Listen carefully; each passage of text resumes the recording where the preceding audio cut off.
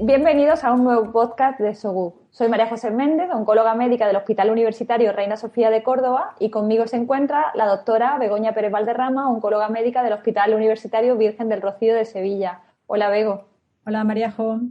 Bueno, pues acompañándonos en esta edición se encuentra con nosotras una experta oncóloga en el tratamiento de tumores geniturinarios, que es la doctora Natalia Fernández Núñez del Hospital Universitario Lucus Augusti de Lugo. Es su primera vez, pero Natalia, estamos encantadas de tenerte, así que bienvenida a este podcast. Bueno, muchas gracias a vosotras por la invitación y me ha gustado revisar este ASCO 2022 en el tema de carcinoma renal y a continuación os voy a comentar un poco lo que creo que fue más relevante de este ASCO 2022. Estupendo, pues cuando quieras, tú nos dices qué destacarías del Congreso en este año en cáncer renal. Bueno, el primer estudio que destaco, aunque sí que es cierto que es un estudio negativo, fue el estudio Everest. Es un estudio donde pacientes con carcinoma renal totalmente resecado, bien sea nefrectomía radical o parcial y de alto riesgo de recaída o muy alto riesgo de recaída, se randomizaban o bien a everolimus 10 miligramos al día durante 54 semanas frente a placebo. Se incluyeron tanto histología de células claras como no. Y bueno, tenía que ser enfermedad no metastásica. Es un estudio que, como os comenté inicialmente, es negativo. Su objetivo primario era la supervivencia libre de recaída y, aunque con respecto a placebo sí que se dio tendencia, ¿no?, a beneficio, este no fue significativamente estadístico, por lo que el estudio fue negativo. Este estudio viene a completar un poco, ¿no?, los estudios en adyuvancia con terapia dirigida en carcinoma renal. Decir que el 55% de los pacientes incluidos presentaban enfermedad de muy alto riesgo y el 45% de riesgo de recaída intermedio alto. Se hizo, ¿no?, un análisis según este riesgo de recaída y se vio que aquellos pacientes que presentaban muy alto riesgo de recaída sí que obtenían una mejora significativa en supervivencia libre de recaída, no así el grupo de riesgo intermedio alto, por lo que el estudio es negativo. La supervivencia global fue similar en los dos brazos. Bueno, como tú has dicho, es el último gran fase 3, ¿no?, de la era antigua, ¿no?, sin inmunoterapia, ¿no? Y bueno, aunque es cierto que se aprecia una diferencia numérica en que parece que se beneficiaría en todo caso en los subgrupos la población de muy alto riesgo, ¿no? Pero que en el fondo yo creo que nos plantearíamos que si hubiera salido positivo casi que estropearía un poco la secuencia actual, ¿no? No sé cómo encajarlo aunque hubiera salido positivo. No sé cuál es tu opinión. No, sí, totalmente de acuerdo, ¿no? Porque nos rompería un esquema, ¿no? Hoy en día sí que tenemos, bueno, un estudio positivo en adyuvancia con pembrolizumab, ¿no? Y claro, el problema hoy en día lo que nos enfrentamos en el carcinoma renal es la secuenciación adecuada, ¿no? La secuencia adecuada. Y si ya empezamos con un inhibidor mTOR en esta secuencia, tendríamos, yo creo que, más dudas a la hora de elegir su siguiente tratamiento, porque realmente no tendríamos datos, ¿no? Lo que pasa que es verdad que es un poco la tendencia, ¿no?, de los estudios de adyuvancia. Parece que los de muy alto riesgo, bueno, son subgrupos, ¿no?, de pacientes, pero quizá, ¿no?, o en los pacientes que se operan metástasis, por ejemplo. Pasa con pembro también, que quizá sí que habría que focalizarse en ese subgrupo específico de pacientes y olvidarnos ya de los pacientes, ¿no?, pues T1 por muy de alto grado que sean, o T2, ¿no?, que no tendría sentido incluirlos en el mismo saco, creo. De hecho, aquí creo que utilizan la clasificación de la SURE, ¿no?, que es otro estudio positivo en DFS. Vamos, el único estudio positivo en DFS de forma estadística, ¿no? Exacto, sí, totalmente de acuerdo. Aquí yo creo que también, aparte de a lo mejor, ¿no?, centrarnos más en pacientes de muy alto riesgo, también sería interesante si pudiésemos buscar algún tipo de biomarcador, ¿no?, o algún tipo de característica de perfil genómico, por ejemplo, que en estos pacientes nos ayudase a buscar a los pacientes con carcinoma renal que se beneficiarían del tratamiento adyuvante con everolimus. Muy bien, seguimos si quieres para el siguiente. El siguiente estudio que os quiero comentar es el estudio Calypso. En este caso es un estudio fase 2, que también ha sido un estudio negativo. Y en este estudio lo que se hizo fue un estudio aleatorizado y abierto en el que se evaluó la eficacia de durvalumab, de savolitinib, de la combinación de durvalumab más tremelimumab y de la combinación de durvalumab más savolitinib en aquellos pacientes con carcinoma renal de células claras avanzado que habían sido tratados previamente con anti-VEGF. Decir que el savolitinib, como sabéis, es un inhibidor potente de MET y el tremelimumab es un inhibidor CTLA4. Este estudio partió de la base que para poder continuar, ¿no?, con los análisis, ¿no?, de estas moléculas y de estas combinaciones, se necesitaba, ¿no?, una tasa de respuesta confirmada de más del 50% para cada uno de los brazos de tratamiento. Y, bueno, desgraciadamente los resultados no se alcanzó ese objetivo del 50% preespecificado para cada rama de tratamiento. De hecho, con durvalumab fue del 10%, con savolitinib fue del 5%, y con la combinación de durvalumab más tremelimumab fue del 28% y de la combinación de durvalumab más savolitinib del 13%. Estos, bueno, se presentaron los datos a los 12 meses, ¿no?, que era lo que estaba como preespecificado, y al obtener estos resultados, pues ya no se va a continuar, ¿no?, con un fase 3, ¿no? No se va a seguir estudiando estas combinaciones. Decir que independientemente de las alteraciones en MET, los resultados tampoco hubo diferencias, ¿no?, en esta población de carcinoma renal de células claras. Bueno, yo creo bueno, que sí, que parece que la actividad, al menos además que la actividad que habían preespecificado era de una tasa de respuesta que creo que alrededor de un 50%, que claro, alcanzar eso en pacientes que ya habían sido tratados con una línea, yo creo que era un objetivo poco realista. Sí que es cierto que, bueno, que alguna población de esos pacientes eran pacientes ya que habían recibido incluso 1, 2 o 3 TKI siempre que no fuera un inhibidor de MET, pero que, bueno, que los datos apuntan en la dirección que aunque savolitinib es un inhibidor de MET, no es tan potente como, por ejemplo, cabozantinib ni tan activo, ¿no? Exacto. De todas formas, como tú dices, el objetivo es tremendo porque en el CheckMate 0.25, ¿no?, con IVA de segunda línea, la tasa de respuesta era el 25%. Entonces, y aquí permitían 2 TKIs previos, o sea que había un porcentaje de pacientes que era tercera línea. Y luego yo estoy de acuerdo contigo, es muy difícil, yo creo que es muy difícil en general superar el cabozantinib, y otros estudios con savolitinib no lo había hecho, y posiblemente sea muy difícil superar nivo-IPI, ¿no? Y está claro que durva-treme, a pesar de que el mecanismo de acción es igual, alguna diferencia en actividad hay porque no supera en ningún caso esta combinación, ¿no? Puedes seguir, Natalia. Pues nada, el siguiente estudio, este ya es un análisis exploratorio, ¿no?, del ensayo CheckMate 9ER, y aquí nuestra compañera, la doctora Cristina Suárez, nos presentó los datos, ¿no?, de ver, ¿no?, si había una asociación, ¿no?, entre lo que es la profundidad de respuesta que se conseguía con el tratamiento y los resultados clínicos. Como sabéis, el estudio CheckMate 9ER fue un estudio positivo frente a sunitinib. Demostró beneficios en pacientes no tratados previamente, metastásicos, carcinoma renal, en supervivencia global, supervivencia libre de progresión y tasa de respuestas. Lo que se pretende con este análisis exploratorio es ver si la profundidad de respuesta puede ser una medida, ¿no?, exitosa para proporcionar, ¿no?, un temprano indicador de eficacia, ¿no?, duradera, ¿no?, de los tratamientos. Es un análisis post-hoc.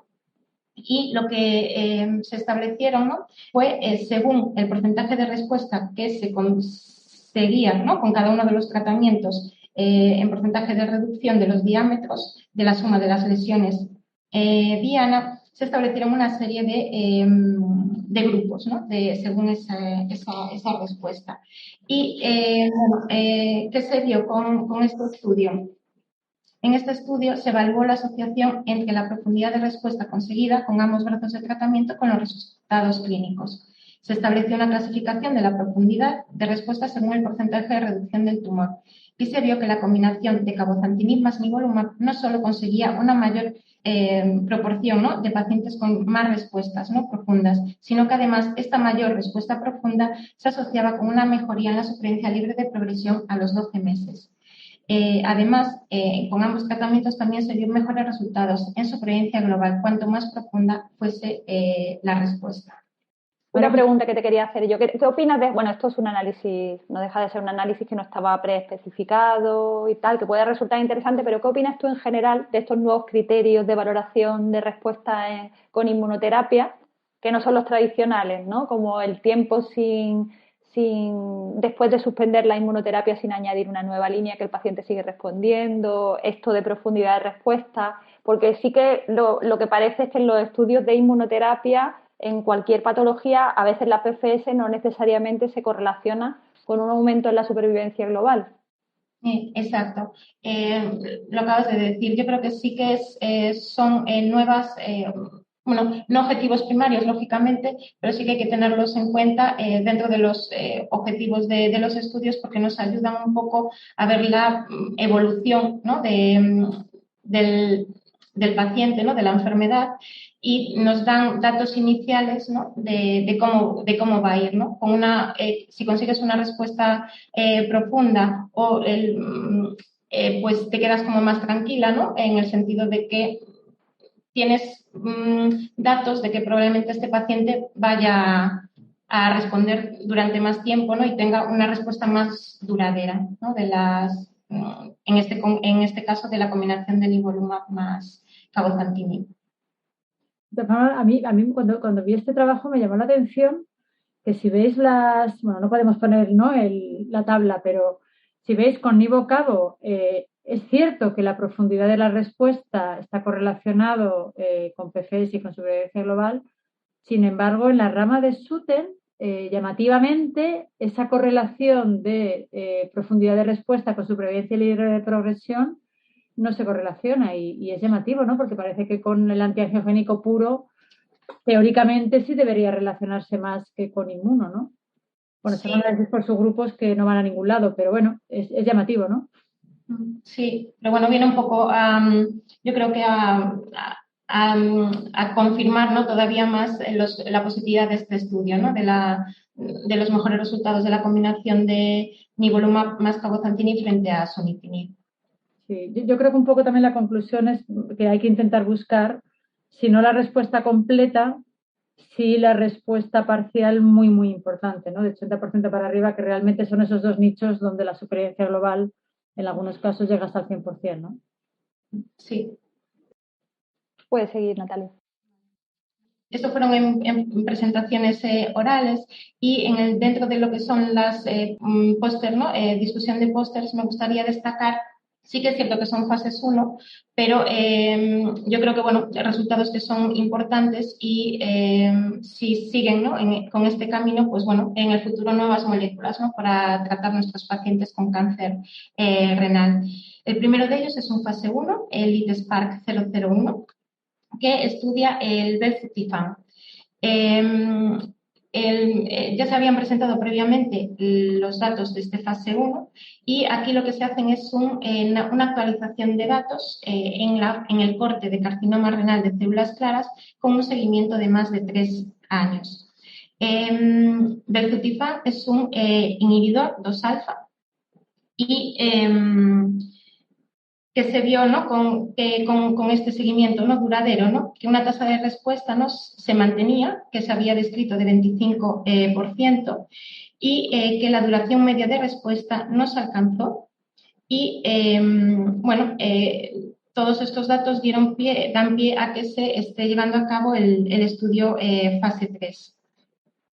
Todo este desarrollo clínico, realmente con los datos preliminares que hay que no son de fase 3, ¿te parecen súper prometedores y te parece que los efectos secundarios que probablemente sí que van a aportar todas estas combinaciones pueden ser poco manejables? ¿Y cómo lo ves tú en un futuro? Hombre, es muy difícil aquí vaticinarlo, pero no sé si son tan prometedores como para pensar que van a cambiar lo que ya tenemos, que es bastante importante en supervivencia y supervivencia libre de progresión.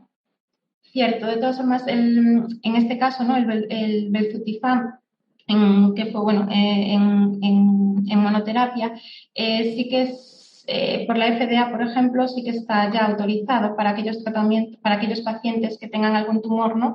Donde tengan una deficiencia del von Hippel, Lindau, ¿no? Entonces, bueno, eso ya te da pie a que, bueno, que sí que a lo mejor seleccionando mucho, ¿no?, al paciente, sí que podría ser beneficioso en ese subgrupo, ¿no?, Sí, pero la aprobación vino sobre todo condicionada porque sí que parecía que disminuía mucho la incidencia de otras complicaciones, no necesariamente la aparición de un cáncer renal en un paciente con mutación de von Hippel-Lindau, ¿no?, sino los hemangioblastomas cerebelosos y las otras alteraciones que estaban ligadas a este síndrome genético, ¿no? Entonces sí que lo veo claro, quizás en la población mutada von Hippel-Lindau, pero no sé si con estos los datos preliminares sugieren que vayan a pegar ahí un pelotazo en cáncer renal combinándolo con lo que ya tenemos, que es bastante bueno, ¿no? Y yéndonos ya a tripletes con unas toxicidades como la hipoxia, que en determinados pacientes mayores yo las veo complejas de manejar. Ya. Pues que más que nada me parece que es un antiangiogénico más, ¿no? Con lo cual no tengo muy claro que aporte nada en combinarlo con otro antiangiogénico que además es mucho más potente, ¿no? Y encima suma toxicidades, con lo cual yo soy un poco escéptica con este fármaco, la verdad. Sí, yo no sé, estaré ahí también un poco escéptico últimamente, pero que pienso que se ha lanzado a combinarlo con otros TKI con inmuno y no sé yo si ya nos estamos enredando en una serie de efectos secundarios muy complicados para el paciente sin de verdad obtener beneficios en supervivencia, ¿no? Que realmente ya en un paciente paliativo es lo que también debemos intentar, ¿no? Calidad de vida y beneficio en supervivencia. Cierto.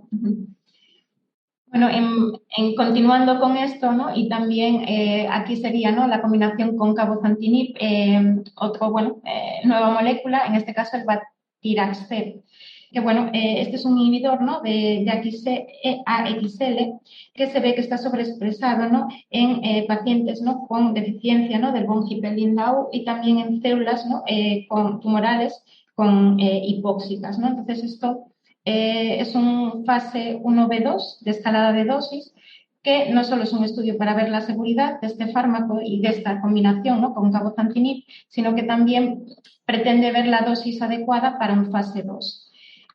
Como conclusión, fue un tratamiento, una combinación bien tolerada. La dosis establecida para el batiraxet fue de 15 miligramos por kilogramo y se vio, ¿no?, que ya tenía datos de eficacia clínica, ya que a los 3 meses había una duración de respuesta del 100% de los pacientes.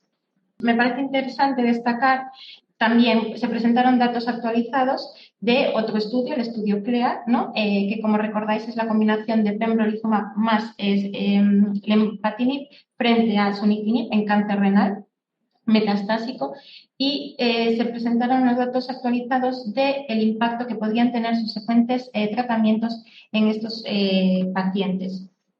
En este caso, definir lo que es la PFS2, ¿no?, que es el tiempo desde la randomización de la enfermedad a la progresión de la enfermedad en la siguiente línea de tratamiento o cualquier causa de muerte. En este análisis posterior, lo que se comparó fue esta PFS2 entre lenvatinib más pembrolizumab y sunitinib. Fue un análisis también post-hoc exploratorio. ¿Y qué se vio? Que entre todos los pacientes esta PFS2 fue mayor en los pacientes con lenvatinib más pembrolizumab frente al tratamiento con sunitinib. La PFS2 a los 12 y 24 meses fue mucho mayor alta con la combinación y también beneficio en supervivencia global en la combinación. Conclusiones, bueno, que la PFS2 fue mayor en pacientes que randomizados asignados a la combinación de lenva más pembro versus sunitinib. Y estos resultados, bueno, soportan, ¿no?, que la combinación hay que pensar, ¿no?, en esta combinación de lenvatinib más pembro como un standard of care, ¿no?, en la primera línea de tratamiento de cáncer renal metastásico. Se presentaron también los datos tras una mediana de seguimiento de 30 meses del estudio KEYNOTE 564 de pembrolizumab adyuvante. Los datos clínicos lo que muestran fue que el tratamiento adyuvante con pembrolizumab mejoraba la supervivencia libre de progresión frente a placebo en aquellos pacientes con alto riesgo de recaída. Estos datos actualizados vienen también un poco, ¿no?, lo que comentaba en el estudio anterior, ¿no?, del CLEAR, ¿no?, de la PFS2, ¿no?, de la importancia de la PFS2 que tiene ahora en con estos, bueno, nuevas combinaciones o nuevas indicaciones de tratamiento en el cáncer renal. Y bueno, vienen a demostrar que el tratamiento tiene beneficio significativo tanto en términos, ¿no?, de tiempo desde el inicio de los subsecuentes tratamientos y también beneficio, ¿no?, por cualquier tipo de causa de mortalidad. Y para finalizar, un poco comentaros, ¿no?, que bueno, revisando los pósters, ¿no?, me parece interesante comentar unos breves aspectos, ¿no?, de tres de ellos. Uno de ellos sí que es cierto que es un fase 1, pero en él lo que se analizaba era si el uso de trasplante de microbiota fecal para prevenir efectos adversos de la inmunoterapia. ¿Cuál era la hipótesis de este estudio? Pues era si la microbiota fecal de donadores sanos, dada antes del inicio de la inmunoterapia, establecería una microbiota intestinal más resiliente, reduciendo la toxicidad y mejorando la respuesta al tratamiento. El objetivo, que fue ver la viabilidad y la seguridad, se cumplió y abre un poco, ¿no?, el pie a futuros estudios en este campo. En el tema de la búsqueda de biomarcadores, de cara, ¿no?, a seleccionar los tratamientos o ver si el paciente no está evolucionando favorablemente, me parece interesante destacar un póster donde se analizaron un corte de 21 pacientes que fueron tratados con sunitinib. Eran situación metastásica, pero que tenían previsión de hacer una nefrectomía citorreductora. Lo que se vio en este estudio fue lo que quisieron hacer fue analizar los niveles de DNA circulantes basales y tras el primer ciclo de sunitinib. ¿Y qué se vio? Que aquellos que experimentaban un aumento de la concentración de los niveles de DNA circulante tenían mayor probabilidad de progresar que los que no tenían ese aumento. Y esto abre un poco la vía, ¿no?, para la modificación precoz de los tratamientos. ¿Nos parece un poco precoz determinar esto en el primer ciclo de sunitinib? Cuando si coges la vida media del fármaco, en realidad todavía no te ha dado tiempo, ¿no?, a que tienes unos niveles de sangre óptimos. Esto lo veíamos siempre cuando hacíamos sunitinib al principio, cuando los pacientes en las 2 semanas de descanso, si tenían lesiones visibles, yo recuerdo que al principio empeoraban hasta que ya conseguían los pacientes un nivel estable en sangre, ¿no? Que me llama la atención que hagan este análisis en un ciclo nada más. Y cuando había ya datos, ¿no?, de que a mayor exposición al fármaco se alcanzaban concentraciones y la respuesta era mayor, ¿no? Por eso sunitinib no alcanza unas respuestas tan buenas muchas veces en los primeros ciclos, ¿no? Pero sí que abre la vía un poco de la posibilidad de, como hemos visto en otras neoplasias, como hemos hablado en urotelio, ¿no?, de determinación como biomarcador, ¿no? Al menos prometedor, ¿no?, parece, ¿no? Pero bueno, aquí hay muchas cosas todavía que atar y que hacer de forma prospectiva y bien hecha, ¿no? Sí, totalmente de acuerdo. Al final, claro, son 21 pacientes, ¿no?, una corte muy pequeña y lo que comentabais, solo un ciclo de sunitinib.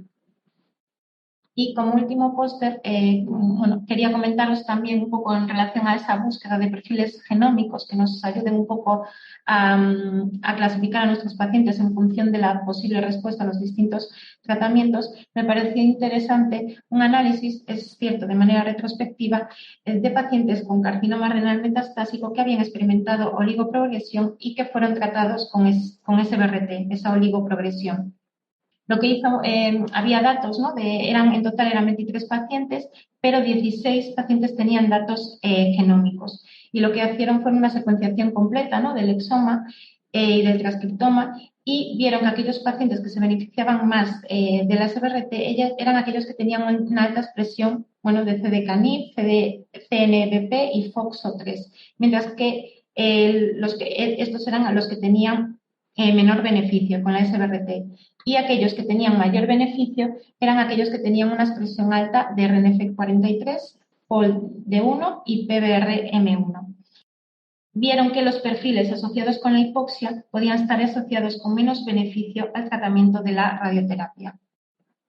Al final es más de lo mismo, ¿no? Mucho biomarcador retrospectivo, pero nada se valida. Yo recuerdo cuando salió el VAP1 y el PBRM1 con antiangiogénicos, que era súper prometedor, ¿no? Todo el mundo decíamos que realmente era el marcador predictor como más relevante, pero nunca se validó. Y sigue sin validarse, ¿no? Y es lo que dice Maríajo, yo creo que mientras no se hagan estudios prospectivos bien hechos desde el principio, difícilmente vamos a encontrar nada.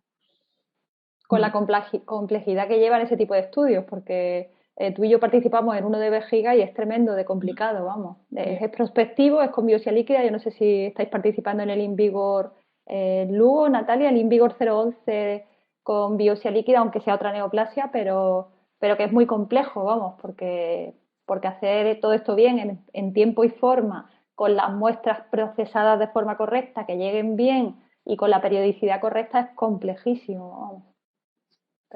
Es la búsqueda del santo grial en los tumores, ¿no? En general, ¿no? Siempre queremos buscar biomarcadores. Hay estudios sí que es cierto que en estos casos eran retrospectivos, pero nunca acabamos de encontrar un biomarcador que nos ayude a seleccionar mejor el tratamiento. Quizá también estamos buscando mal, ¿no? Porque aquí no se trata de ver cuál tiene más beneficio o menos, sino cuál no tiene ninguno, ¿no? Yo siempre pienso que al final nos quejamos mucho de que las agencias nos limitan las cosas, pero realmente deberíamos buscar quizá, no sé, pienso, marcadores de no respuesta para ver un poco a qué pacientes no debes poner un tratamiento, ¿no? Porque buscar el que sí exclusivamente es muy difícil, ¿no? Un biomarcador diana perfecto, yo creo que probablemente no exista, ¿no? Cierto. Y también, si encontramos ese biomarcador que no aporta beneficio, también evitaríamos toxicidades innecesarias en los pacientes. Sí, perfectamente. Bueno, pues yo creo que muy bien, Natalia. Muchísimas gracias. Ha sido un resumen estupendo. Agradecerte tu participación. Y sin más, nos despedimos hasta el siguiente podcast. Muchas gracias.